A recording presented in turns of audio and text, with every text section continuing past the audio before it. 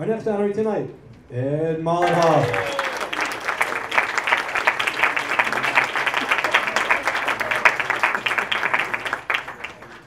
Now, Ed, too, grew up in Oyster Bay Cove to be exact, and East Norwich, and attended the public schools and graduated from Oyster Bay High School. His deep family roots in Oyster Bay Cove instilled in Ed at an early age the importance of recognizing the history and heritage of the Oyster Bay area. In the past, Ed has served on the board of the Oyster Bay Main Street Association and the Nassau County chapter of the American Red Cross. He was also the past chairman of the Tax Certiorari and Condemnation Committee of the Nassau County Bar Association, and has served as the president and vice president of the advisory board of the Theodore Roosevelt Sanctuary and Audubon Center, and has served as a trustee of the Sewanaka Corinthian Yacht Club. Presently, Ed is with the law firm of Capel, Martone, and Leisman, one of our sponsors. Please note that, one of our sponsors. And one of the leading firms in New York State practicing in the tax certiorari field of law. And before joining this firm, he was a partner of the firm Siegel, Fenchel, and Petty. Ed was also employed as a deputy county attorney for the Nassau County Attorney's Office for a few years before entering into private practice. Besides his work in the very specialized field of tax certiorari, Ed is presently the president of the Young's Memorial Cemetery, which is the burial site of President Theodore Roosevelt. He is on the state board of the Audubon, New York, the treasurer of the Life Enrichment Center of the Oyster Bay, and on the board of the Oyster Bay Community Foundation. His passion is for historic preservation, and he has helped and supported many local projects that have saved or preserved our local history. Ed currently lives in Oyster Bay Cove in the family compound known as Baker Hollow. The compound now consists of houses originally owned by Ed's great-great-grandparents, Captain Edward and Sarah Baker, and was aptly named many years ago after the Baker family that has lived at the same location for the past 130 years and maybe more. Put your hands together for Ed Mollenhoff.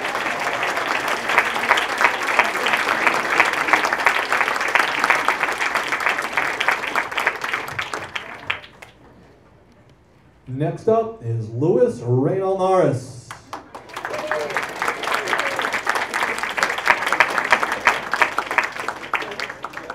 Born February 2nd, 1942, Louis attended Greenvale County Day, Eaglebrook School, Phelps School.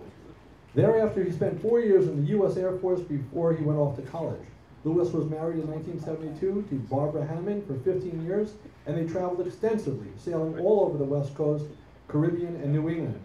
He worked as a single proprietor painter until 1990, when he then sailed his 58-foot sloop on a more regular basis. Louis has been a member of the Sewanaka Corinthian Yacht Club for 20 years. He also greatly supports the National Croquet Club, West Hampton Mallet Club, New York Croquet Club, and serves as the director of Floating the Apple in Manhattan, an organization that builds 26-foot wooden Whitehall rowing boats, which are 4-oared boats with a coxswain. He explained it to me, Caitlin. And they're used to encourage underprivileged Manhattan public school children to participate in the building process and competitive racing on the Hudson River, and teaches them the benefits and joys of water sports. Louis is also very supportive of many other local charities and organizations, including Save the Children, the Roosevelt Bird Sanctuary, Oak Cliff Sailing Academy, Greenville Baker Boys and Girls Club, Raymond Hall, an 18th century house in Oyster Bay, the Oyster Bay Historical Society, hooray, that's us, and the Nassau County Museum and the Society for the Preservation of Long Island Antiquities. Louis currently enjoys boat modeling, playing croquet, attending fundraisers, furniture restoration, reading, and still lives locally in beautiful Oyster Bay. Please put your hands together for Louis Norris.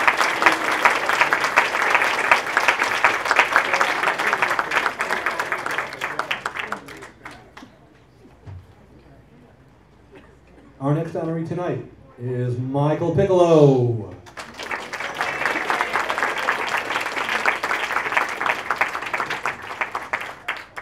Now, Michael was raised as a young boy in Syosset, where he began observing the beauty of the area and learned how to capture it on canvas. You might have seen some of Michael's work offered at the silent auction earlier this evening. And I will tell you that although the auction is closed, should you wish to make a bid on any of them, those items we're still leaving open. So keep that in mind. Growing up, Michael began to paint with an artist by the name of Claire Tilp. who carved the way for his beautiful artwork. Oyster Bay and the beauty that surrounded became his inspiration. In 2011, Michael was invited to participate in the Teaching Studies of Arts Plein Air competition in Sagamore Hill, sponsored by the Oyster Bay Historic Society, where a group of artists searched the grounds to find a perfect spot for inspiration. Michael's artwork described shall be donated, which I just described earlier, he donated for this sale at tonight's auction. Currently, Michael works at Daniel Gale Sotheby's International Realty, who I will note is the event sponsor for this evening's event. So please give Michael and Daniel Gale Sotheby's a big round of applause. Thank you, Michael. And Michael, your artwork is just stunning, I have to tell you. Thank you. Our next honoree tonight is Catherine Prinz. A little louder, please.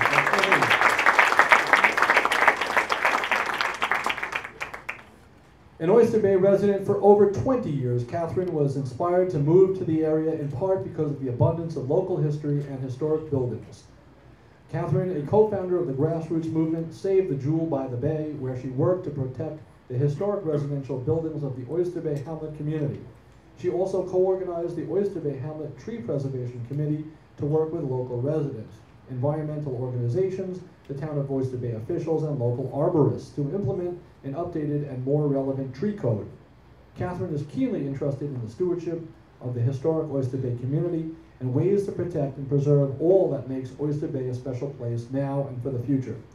Catherine has served on the town of Oyster Bay Eastern Waterfront Steering Committee and the Oyster Bay Preservation Roundtable.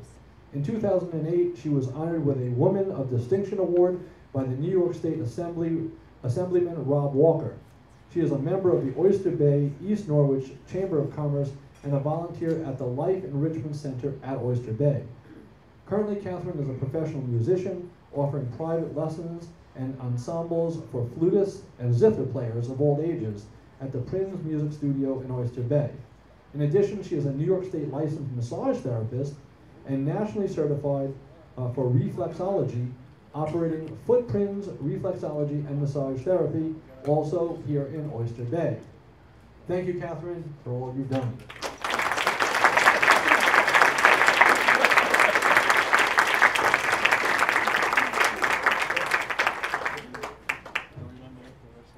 Our next honoree tonight needs no introduction, but I'm going to introduce her anyway, Monica Randall.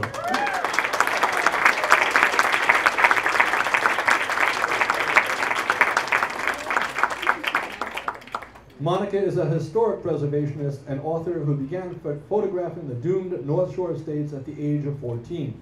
Her first book, Mansions of Long Island's Gold Coast, was published in 1980 and became a bestseller. This was followed by Winfield, Living in the Shadows of the Woolworths, and she is a director and co-founder of the North Shore Preservation Society, which oversees a vast collection of research and original photos of the old estates of the North Shore. The museum also houses the largest collection of Gold Coast costumes on Long Island. The gowns, some dating from 1900s to the late 1930s, were rescued from local estates that were being bulldozed during the 1960s. This unique collection of vintage clothing, along with original photographs, is currently on display at the North Shore Historical Museum, located at 140 Glen Street in Glen Cove, New York. And if you haven't been there, you gotta go. The exhibit is open only until September 3rd. Monica's original photographs have been exhibited at the Cooper Hewitt Museum, and many of her costume photos are in the permanent collection at the Metropolitan Museum of Art in New York. Monica is currently one of the featured writers of 25A Magazine, one of Long Island's newest luxury magazines for the Gold Coast. Please give a tremendous applause for Monica.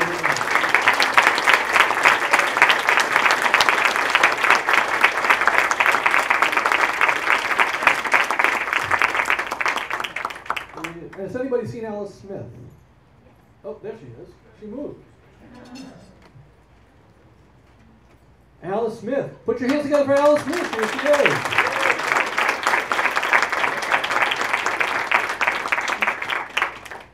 Alice Smith is the president of the North Country Garden Club of Long Island.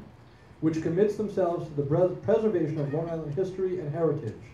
The club works to stimulate the community's interest by improving and beautifying buildings and surroundings. Alice has been a member of the North Country Garden Club for 34 years, where she has had the honor of serving on many committees.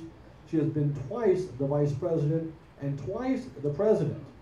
Alice, along with the club, shares a passion to support education in the fields of gardening, horticulture, conservation, and natural sciences in the community.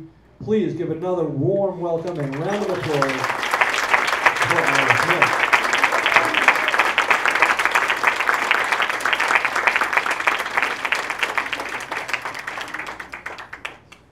Our next honoree tonight is James Trent.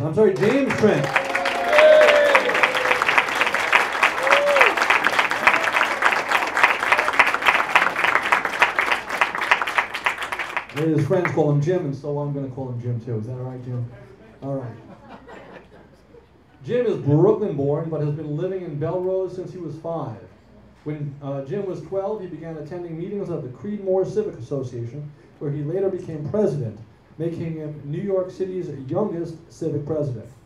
In 1973, Jim convinced the state to stop the auction of 47 acres at Creedmoor Hospital that included a 1772 farmhouse and farmland that dated to 1697. And in 1975, Jim formed a not-for-profit corporation to manage the property, now known as the Queens County Farm Museum, and worked to get the land transferred to the city's Parks Department. The Farm Museum today serves annually 500,000 people. That's 500,000 people, and is the most visited farm museum in the United States, if not in the entire world. Jim also created an old-style county fair at the museum, which draws around 12,000 people for a weekend each September. The Farm Museum is the largest historic preservation project ever undertaken in the County of Queens. Jim has raised millions of dollars to restore the property as a working farm, and he is now in his 38th year as president. Jim has also been appointed as the official historian for Eastern Queens Community Board, and is a member of the Queens Preservation Council, and is the president of the Pappenhausen Museum for College Point. Jim is also president of the 4-Borough National Preservation Alliance Foundation, an organization dedicated to preserving the character of the city's lower density neighborhoods outside of Manhattan, and often testifies for landmarking at hearings at the city's Landmarks Commission. Jim, thank you for all you've done.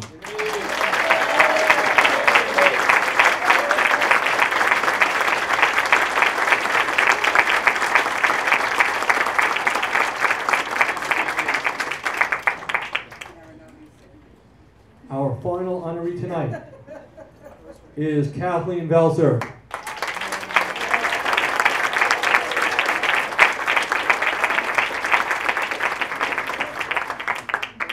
Kathleen is currently an associate professor at the School of Education at SUNY College at Old Westbury. She has published a historical novel for young adult readers, Brother and Me, 2005, published by Rosalie Inc. She has also published in 4 books: Friends of Freedom, The Underground Railroad in Queens, Long Island and Beyond, The Road to Freedom, Angel of Deliverance, The Underground Railroad in Queens, Long Island, all published by the Queens Historical Society. Kathleen's articles, The Long Island Freedom Trail, Volume 23, and Sketch of Life and Labors of Reverend Henry Highland Garnet, A Second Look, Volume 26, were both published in the Afro-American Historical and Genealogical Society Journal. Kathleen also serves as the director of the Underground Railroad Teaching Partnership, and she teaches undergraduate courses in the Department of Elementary Education and Literacy, and she teaches courses for pre-service teachers. Kathleen currently lives in Bayville, New York with her husband Curtis. They have 2 children, Peggy and Peter. Peggy Bell Sir Sullivan lives in Clinton, Connecticut with her husband Brad and 2 children, Phoebe and Nolan. And Peter and Jan Bell Sir live in Bayville with their 3-month-old daughter Emma. Ladies and gentlemen, she's here. Where is she? All right. Please put your hands together for Kathleen Bell Sir.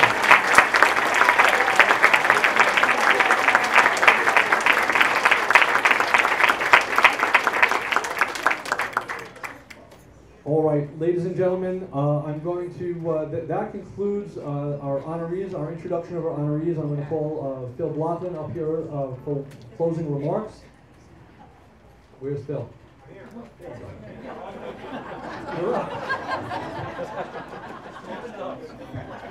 This is why I came.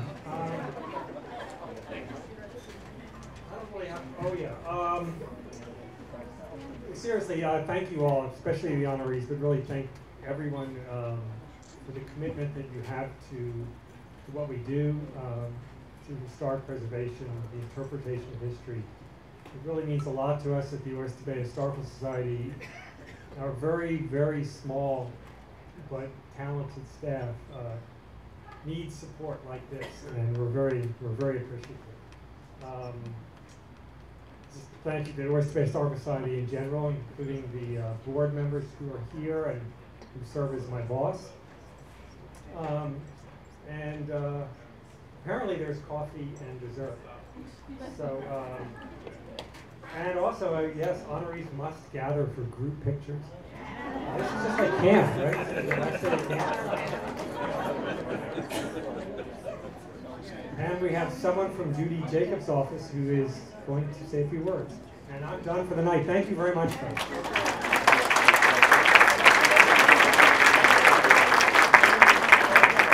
Thank you very much.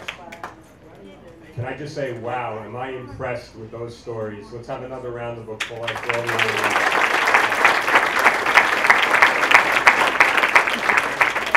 It makes me feel a tad lazy, all those resumes. My name is David Gugerty, and it's a pleasure to be here representing Judy Jacobs, the legislator from this area, from the Nassau County Legislature, and someone that many of you know. She's been a good friend of mine for many years. I've had the pleasure of working with her. And she wanted to make sure that we present some citations, which I will not go through all of them, but it's just great to be here. And I see many familiar faces of some of the honorees, so in particular, and that's personal meaning to me. You know, I read in the promotion, in the information we got, that this reception will honor Long Islanders distinguish themselves as advocates for history's vital role in our lives today. And I just want to say, you know, not to single anyone out, but as an example, Ben Jankowski and the work that he's done at the Oyster Bay Railroad Museum. And I know Judy Jacobs has tried hard over the years to fund that, as we try to fund many things at the Museum of Fine Arts. And we try to keep the arts and history in the forefront of our mind in even a fiscally strapped county government. But when my children were little, they went to Oyster Babies, and they would see at their graduation ceremonies the lovely train museum in the back. It was always a huge attraction. And if you wonder, all you advocates out there, if you're lighting fires, you are. Because both of my daughters went on to win a New York State Archives Award, one for a paper on the Bayville Bridge, and one for the Theodore Roosevelt Executive and County Office Building as sixth graders. So, you know, that was very gratifying to me, that seeing something like the train museum that took so much love and labor, as each and every one of your efforts that was just read off takes, it does spark the fire in a certain amount of students, a certain amount of kids, and how lucky are we all to live in an area that's so steeped in historical attractions, places, and artifacts. And I conclude by thanking you all for all you do, and I will gladly give these citations out on behalf of Legislator Jacobs. Thank you.